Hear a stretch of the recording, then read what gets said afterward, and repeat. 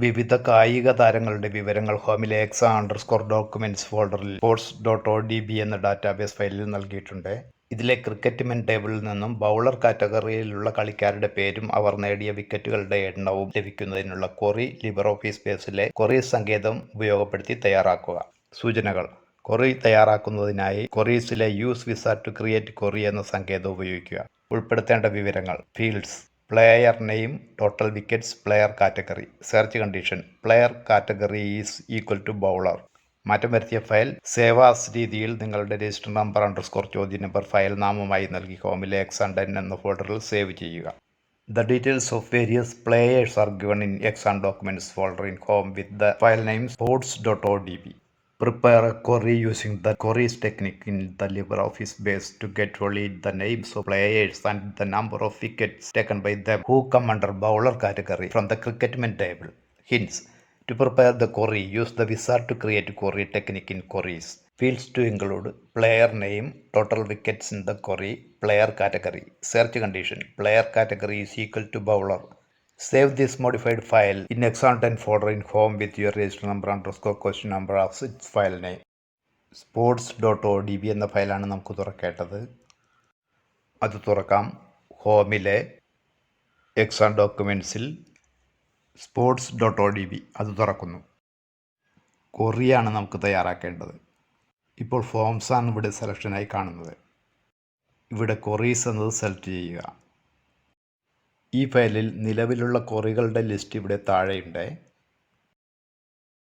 നമ്മൾ ഇനി നിർമ്മിക്കാൻ പോകുന്ന ക്വറിയും ഇതിലേക്ക് വരുന്നതാണ്. Use wizard to create query എന്നത് ഉപയോഗിക്കുവാനാണ് ചോദ്യത്തിൽ പറഞ്ഞിട്ടുള്ളത്. അവിടെ ക്ലിക്ക് ചെയ്യുന്നു. ഇവിടെ ശ്രദ്ധിക്കുക, ക്രിക്കറ്റ് മെൻ ടേബിളിൽ നിന്നുമാണ് നമ്മൾ ഈ ക്വറി ഉണ്ടാക്കേണ്ടത്. അത് നമുക്കിവിടെ നിന്നും സെലക്ട് ചെയ്യേണ്ടതുണ്ട്. അത് സെലക്ട് ചെയ്തു. ഇനി ഉൾപ്പെടുത്തേണ്ട ഫീൽഡുകൾ നോക്കുക. പ്ലെയർ നെയിം അത് സെലക്ട് ചെയ്തതിന് ശേഷം ഇതിൽ ക്ലിക്ക് ചെയ്ത് അതിനെ ഉൾപ്പെടുത്തി. ഇനി വേണ്ടത് ടോട്ടൽ വിക്കറ്റ്സ് ആണ്. ടോട്ടൽ വിക്കറ്റ്സ് സെലക്ട് ചെയ്യുന്നു, അതും ഉൾപ്പെടുത്തുന്നു. അടുത്തത് പ്ലെയർ കാറ്റഗറിയാണ്. പ്ലെയർ കാറ്റഗറി സെലക്ട് ചെയ്യുന്നു, അതും ഇതിലേക്ക് ഉൾപ്പെടുത്തി.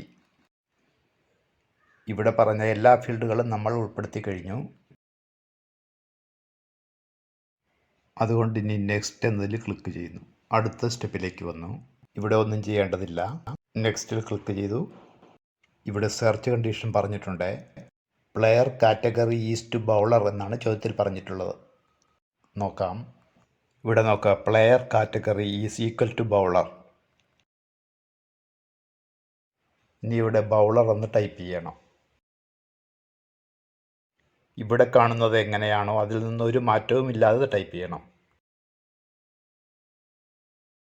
നെക്സ്റ്റ് എന്നതിൽ വീണ്ടും ക്ലിക്ക് ചെയ്യുന്നു. അടുത്ത സ്റ്റെപ്പിലേക്ക് കടന്നു. ഇവിടെ ഒന്നും ചെയ്യാനില്ല. വീണ്ടും നെക്സ്റ്റിൽ ക്ലിക്ക് ചെയ്യുന്നു. ഇവിടെ നമ്മുടെ ക്വറിയുടെ പേര് കാണാം, അത് ഓർത്ത് വയ്ക്കുക. പ്രത്യേക പേരിൽ ക്വറി വേണമെന്ന് പറഞ്ഞാൽ അതിവിടെ ടൈപ്പ് ചെയ്ത് കൊടുക്കണം. ഇനി ഫിനിഷ് എന്നതിൽ ക്ലിക്ക് ചെയ്യണം. ക്ലിക്ക് ചെയ്യുന്നു. നമ്മുടെ ക്വറിക്കനുസരിച്ചുള്ള വിവരങ്ങൾ ഇവിടെ ലഭ്യമായിട്ടുണ്ട്. ആ ക്വറിയുടെ പേര് ഇവിടെ ചേർക്കപ്പെട്ടിട്ടുമുണ്ട്. നമ്മൾ ക്വറി നിർമ്മിച്ചു കഴിഞ്ഞു. ഇനി ഫയൽ സേവ് ആസ് എന്ന രീതിയിൽ സേവ് ചെയ്യണം. അതിനായി ഫയൽ എന്നതിൽ ക്ലിക്ക് ചെയ്യുന്നു. സേവ് ആസ് എന്നതിൽ ക്ലിക്ക് ചെയ്യുന്നു. ഹോം ഫോൾഡർ സെലക്ട് ചെയ്യുന്നു. exa_10 സെലക്ട് ചെയ്യുന്നു. ഇനി ഇവിടെ പേര് നൽകണം. രജിസ്റ്റർ നമ്പർ ചോദ്യ നമ്പർ എന്ന രീതിയിൽ ഇവിടെ പേര് നൽകുന്നു. ഇനി സേവ് എന്നതിൽ ക്ലിക്ക് ചെയ്ത് ഫയൽ സേവ് ചെയ്യുന്നു. ഇവിടെ ശ്രദ്ധിക്കേണ്ട ഒരു കാര്യം, ക്വറിയല്ല സേവ് ചെയ്യേണ്ടത്, ഒറിജിനൽ ഫയലാണ്. ക്വറി ക്ലോസ് ചെയ്താലും നമ്മളുടെ ഒറിജിനൽ ഫയലിൽ നിന്ന് അത് നമുക്ക് എടുക്കാവുന്നതാണ്.